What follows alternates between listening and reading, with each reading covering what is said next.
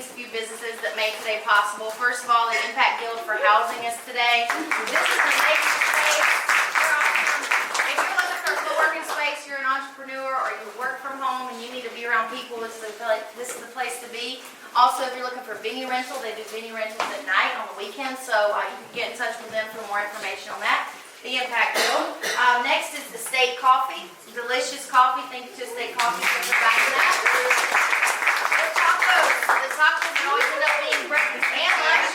Thank you to Tech Systems for providing those. All day long. I take a few extra and I'm just Misa, Modern in San Antonio. Elizabeth, thank you for providing the beautiful cookies. Our global sponsors are MailChimp and WordPress.com. They help us do all the things. Thank you to them. They're not here. And then Sander is our videographer. He's right there. Thank you, Sander. And Salo is our photographer. Thank you, Salo. You guys will notice your pictures will be up on Facebook rapid, quick after this event. So go look for your new profile picture on Facebook tonight. Tag your friend if you see them. There'll be great pictures, lots of candid, so make sure you're always camera ready because he'll catch you. All right, so now I'm going to intro our speaker for today. Again, the theme is roots, and we're going to have John Coker come up first. I want to tell you a little bit about him. He is an award-winning journalist, a founder and CEO, a speaker, author. He's an advocate and leader in the youth. He's an inspiring and creative leader. It would be easier for me to tell you all the things that he can't do than to tell you the things that he can do. But we're really excited to hear from him today. And one thing that I noticed wasn't on the bio is that he was a Coyote at one point for the Spurs. So I don't know why that wasn't on there. I think it's a secret, but I'm just going to throw him right under the bus. But Solo told me too that he's a pretty good dancer, so I don't know. I don't know if a demonstration is included today, but we're really excited to hear from John Coker. Come on up, John.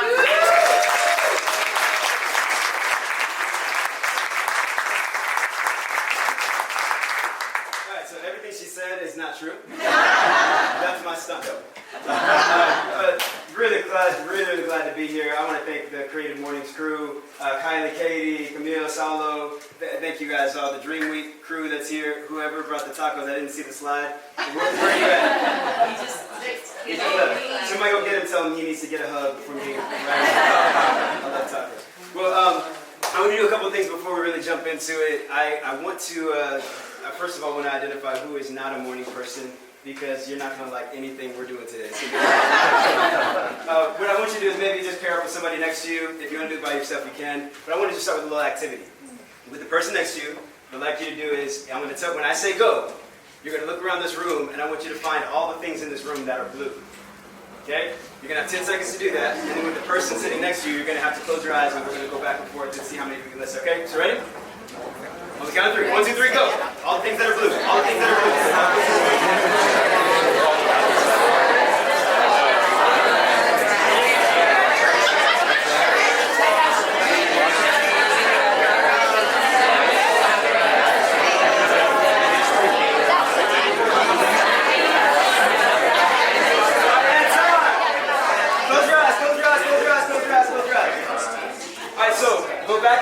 Person next to you, when I say go, do not open your eyes. Do not open your eyes. Eyes should be closed right now. Eyes should be closed. I want you to list as many things as you can that are in this room that are orange. Go.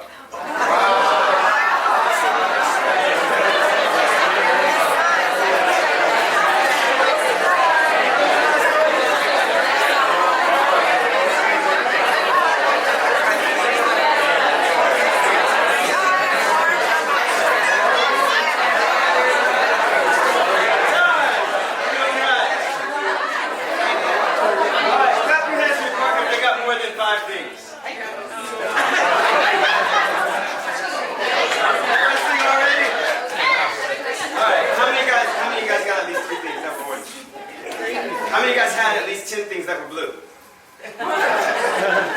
Okay.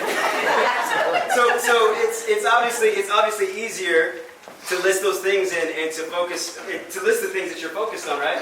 Because right now what we're looking at is you had your eyes set on what you thought this whole thing was all about. You thought it was all about the blue, but it's really all about the orange. And it's it's interesting because what we're talking about today is how sometimes all we're focused on are the blue things, but all that it's really about is the orange things.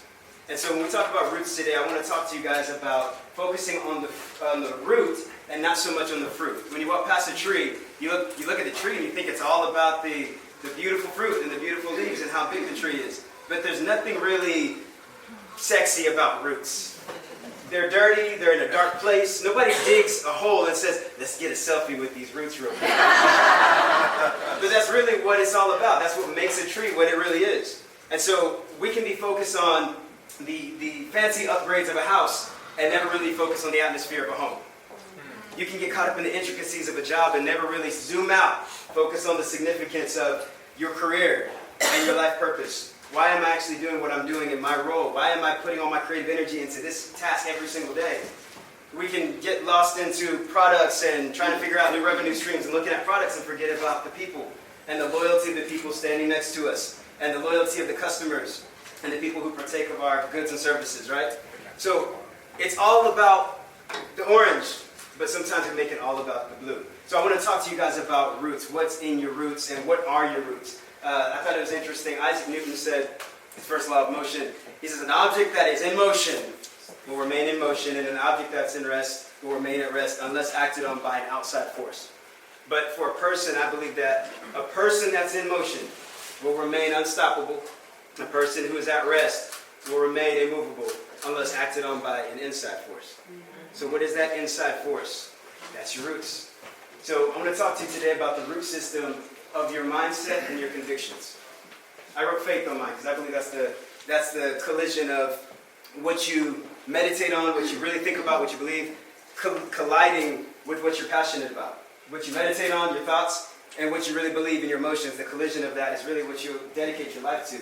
And some of us, we may have more of a passive root system. Some of us have a more active root system, but I want to talk to you about what that really is. Everybody say thoughts. Thoughts. Thoughts will eventually produce actions. Everybody say actions. Actions. Actions eventually will produce habits. Say habits. Habits. Habits will eventually produce lifestyles. Lifestyles. You got it. I saw some of y'all were proud of yourself like immediately. Lifestyles. I knew it was about the orange. But eventually, once you adopt a different lifestyle, you start getting around other people that have those same lifestyles and they share those common interests, and it creates a culture. And so all of it, from thoughts to actions to habits to lifestyles to culture will eventually become some type of government. And if you want to change anything in life, whether you're talking about the grand scheme of changing laws and having new things happen and new legislations passed, or down to just keeping your New Year's resolution, it all goes back to the root system of your thoughts. This is about the time, it's the 17th, right? About the time when most people give up on their New Year's resolutions, right? We say on December 31st, I'm going to go to the gym every single day of 2020. And then January 4th, you eat a donut and go into depression, right? Because what we do is we try to change from the actions place. We say, I'm going to do this, I'm going to do that. I'm going to be a lifetime fitness every single day.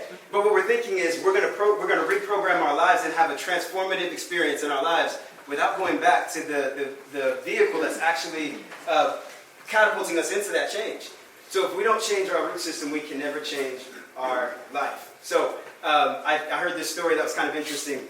There were these puppies that were born to an injured police dog. Some of you guys may have heard this. There's a police dog that was injured in line of duty, and she was paralyzed.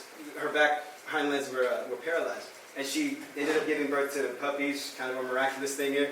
And when the puppies were born, when they started walking and following their owner around, they were dragging their hind legs. And they said there's nothing wrong with them. The vet looked at them and said, no, they're perfectly fine. They're just dragging their hind legs because they're trying to be like mama. They learned this behavior from mom. They said, well, mom drags her legs. This must be the right way to do these things. And so I wonder sometimes if we're dragging our legs in certain areas, or if there's certain areas where we can't, everything else is working, but there's that one area where it feels like it just won't move forward. And in those moments, that's where you have to go back and begin to feed your roots. So the challenge I'm going to give you today is, number one, we have to free our roots. Everyone say free your roots. Free your roots. Number two is you have to feed your roots. Feed your roots. There you go, there you go. Yeah, we're going to church this morning. And And then lastly, from your roots, you have to share the fruits of your creativity with the rest of the world. But you can't do that if your roots are not free. So I want to play one more game with you. If you guys have not been freaked out by me too much already, I want to play a game with you. It's called Buckethead. Y'all ready? No. Okay. Stay tuned. Hang on. Play some cheesy music real quick. Let me grab this. All right. I brought toys. And I need a volunteer who is got some thick skin, doesn't mind things being thrown at them. Oh. Come on. Oh, that's awesome. What's your name? Then you come help out. If you can just hold this, you're going to hold it on top of your head like this. Your job is to catch as many of these as you possibly can. All right, let's do this here. They probably won't invite me back for this, but let's do this here. We're going to handle this. I only have 20 minutes. Here we go. Everybody get a ball. There we go. Everybody grab a ball. If you want a ball, take a ball. Here we go. Grab a ball. Grab a ball. Grab a ball. Here we go. Everybody grab a ball.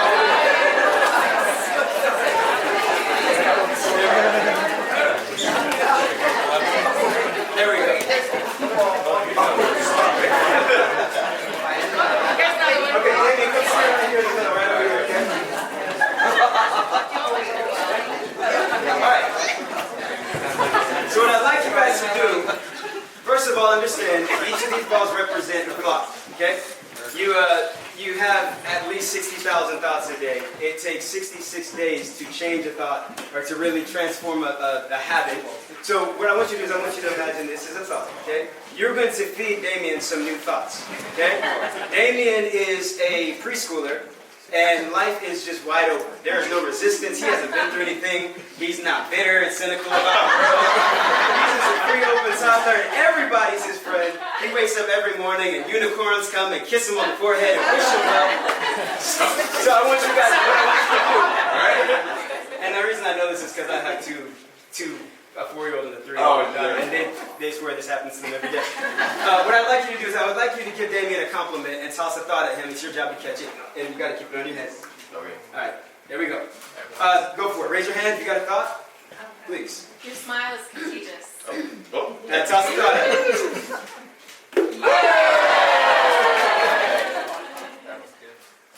I'm glad I met you last night. There you go.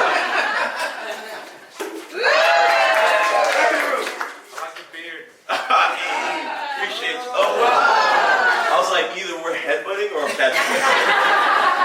Go ahead. That is an awesome sweater. Oh, thank you. That is an awesome sweater you have.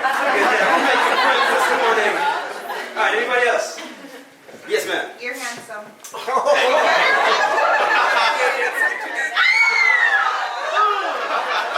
Assist. One more. So I'm volunteering as an opportunity. Yeah. Boom. Thank you. All right, very good, very good. Now what I'd like to do is I'd like to get, let's get 3 volunteers. I need 3 more volunteers. You don't have to do this, but you're going to have something else that's kind of fun. 3 volunteers. It's going to be harmless. Thank you. Come on up, come on up. Come on, Frank. So we go through life, right? We go through the preschool stage and everything's great, everything's open, right? But what happens when you get to that high school stage, that middle school stage, where you start going through those different insecurities? There's a breakdown where we used to be so open and so vibrant and everything was positive, right? Raise your hand if you are an amazing singer. Yeah? You want to sample something for us? I can. Wow. Right now? Sure. Alright. I'll make up a song about Dreamwink. Okay. What's your favorite word? John. No. Damien, what's your favorite feeling? Ooh, growth. Growth. Ooh, I like it. Alright, and you guys are volunteers, so growth and Dreamwink. Here we are at Dreamwink.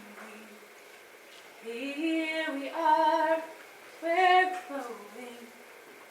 Here we are. And I'm losing my voice, so Yeah, it sounded great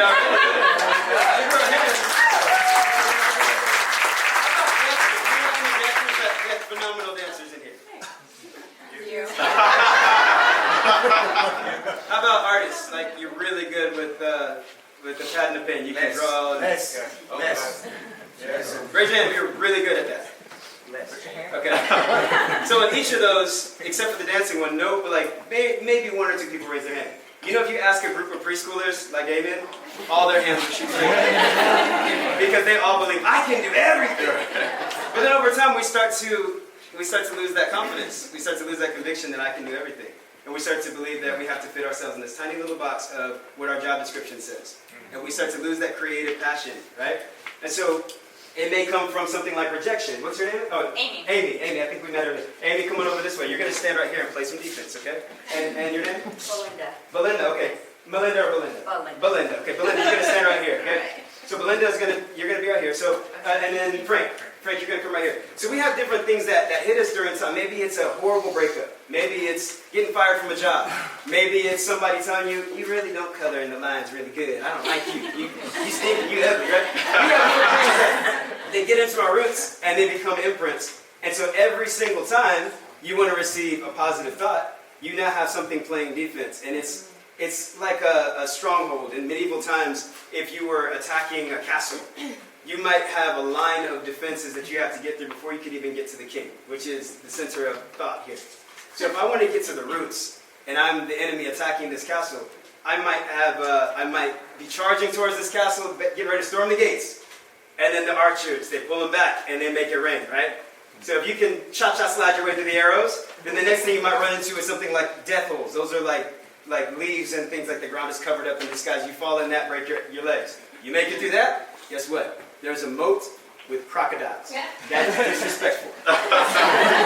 You make it through the moat, and they start dumping like hot acid on you from the top, and then you get through all of that, and you're like the only one there standing, and then the swordsmen come out on horses. You haven't even really seen the fight yet. So all of those defenses are called a stronghold. And what we start to develop over time in our root system is we develop strongholds. And those strongholds basically navigate whether or not it's in your mind. There's a mechanism called the reticular activator. It's like the bouncer that stands at the edge of your mind and says, "That's not relevant. You ain't coming in." And what we have right here is we have people that represent those strongholds. So what I'd like you to do is I want you to give Damien, it can be the same compliment or maybe something else. I want y'all to play some defense. It's your job to keep it from getting into his mind. I'm playing defense. All right, go ahead and give him a compliment. I like your glasses.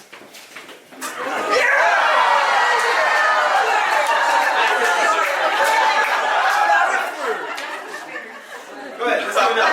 Yes, ma'am. I like your energy. Not today. Not today. Not today. Yes, ma'am. You were brave to come up first. I get into it. Yes, sir. Nice keychain. But you see how it's a lot harder. It's a lot harder when there's defense, right? So even right now, I can be telling you, you are great. You're awesome. You're amazing. You're creative. But what's happening on the inside of your mind is you might be actually filtering everything I'm saying through the filter of the pain of what your rejection told you, through the pain of somebody denying a creative project. And so we filter those things, and you have something playing defense against you. So the first thing I challenge you to do is what? Free your roots. The way that you free your roots, and you guys can see it. Give it up for these amazing women.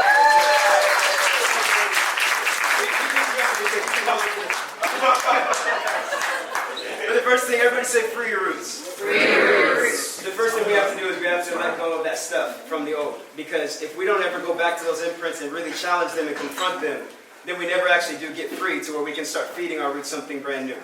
A lot of times what we do is we say time heals all pain, right? But time doesn't heal, time just hardens. I tried my hand at boxing a few years ago, and it didn't last too long. But I got to the point where they said you got to get punched in the face. And I said, "Oh, I'm sticking with TV." Okay. but I was training, and there's this big Samoan coach that was showing me how to do it. And I got to the point where I could actually punch a brick wall with my bare hand, and I didn't feel it much because I had this callus that developed over my knuckles. And after a while of taking certain types of emotional hits or mental hits or hits to the soul, you can get to a point where it's so callous that you don't feel it, and so you think you're over it when you're really just used to it. And so we have to go back, and sometimes you have to go all the way back to your childhood and start to confront those things that are in the root system. Going all the way back to not just what happened, but why. Maybe you have to get some professional help. Maybe it's talking to somebody. But you have to take that journey because you may be unraveling knots today and not even knowing where the root of them is. But it's important to go back to that. And when you free your roots, and when you're able to forgive old offenses and let those things go, then you can start filling up with something new. I thought it was interesting when I was reading about roots. They're actually these little microscopic insects that will attach themselves to the roots of different trees. And while these nutrients are trying to get up into the tree to feed the fruits, these insects are sitting there like suckers. And when the nutrients come in, they just hang out like they're at the bar, and they're just slurping out of the root system everything that's trying to get up into the tree. And that's what happens to us. And so we have to free our roots. And what I love about Dr. King, we just heard you talking about Dream Week. What I love about Dr. King, what we'll hear more about in a couple days here, is he was standing there and he was giving a message at the Lincoln Memorial. And when he's preaching this I Have a Dream speech, he is talking to a mixed crowd of people. And he's speaking from a place after being abused, after being locked up, after being, offended and assaulted. All kinds of stuff happened to Dr. King. But he's able to speak from a place of freedom, and he's able to see into a bright future. I mean, for us to be even standing in this room together, and I don't think one of us has thought about color yet, because his dream then was our reality today. But you can't do that unless you're able to forgive and let go of old offenses. The old word for, there's an old Greek word for the word offense. Today everybody gets offended over stuff, There's this old Greek word for offense. It's called scandalon. It's where we get the word scandalous. It's like a baited trap. So if you're hunting for an animal or something, you can actually pull it off track. So if you have like hog trails going this way, you can bait them with a scandalon and snatch them off course. And that's what offense does. When you're headed towards that creative, bright future, and then something offends you, and it takes your roots down, and it starts pulling you off track. The first step, I challenge you. Everyone say, free your roots. Free your roots. I challenge you today, free your roots. Forgive the old, let go of it, confront it, and deal with it, because the next step is feeding your roots. If you really want to see a New Year's resolution work, the first thing that you should do is start filling your mind with maybe books that represent where you want to go. I took my face and cut it out and put it on Arnold Schwarzenegger's body, and I was like, every day, Terminator dipped in chocolate, Because you got to fill your mind with what you believe you're heading towards. If you want to have, if you want to have an apple tree, you got to plant the seed. You got to plant an apple seed, right? You got to start feeding your roots with what you're expecting to experience. My wife and I, we always talk about creating an atmosphere for our children to thrive. So if you have an expectation for your children to behave a certain way, you got to put them in an environment that communicates your expectation. And you got to do the same for yourself. So if you're expecting to be creative, sometimes you have to clean your office clutter, and you have to put yourself in an environment and an atmosphere where you can actually thrive in that expectation, right? So feeding your roots. Everybody say feed your roots. Feed your roots. And then last but certainly not least, from your roots that are freed, that are filled with a new type of information, a new type of inspiration. I challenge you to feed the fruits of your creativity to the rest of the world. No, it's all that. There's not a tree that you've ever seen that eats its own fruits. The reason why we produce fruits and the reason why we're so creative is so that people can walk past us, they can admire the amazing things that come from us, that come from our free and our filled roots, and they can partake of that, and they can go on and plant their own seeds. So free your roots, fill your roots, and from your roots, feed the world your amazing creativity, because you are awesome and you're worth it. Thank you.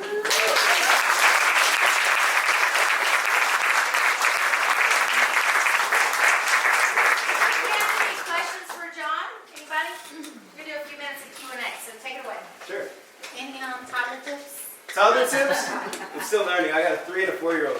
I think what I said earlier is just create an atmosphere that communicates your expectation.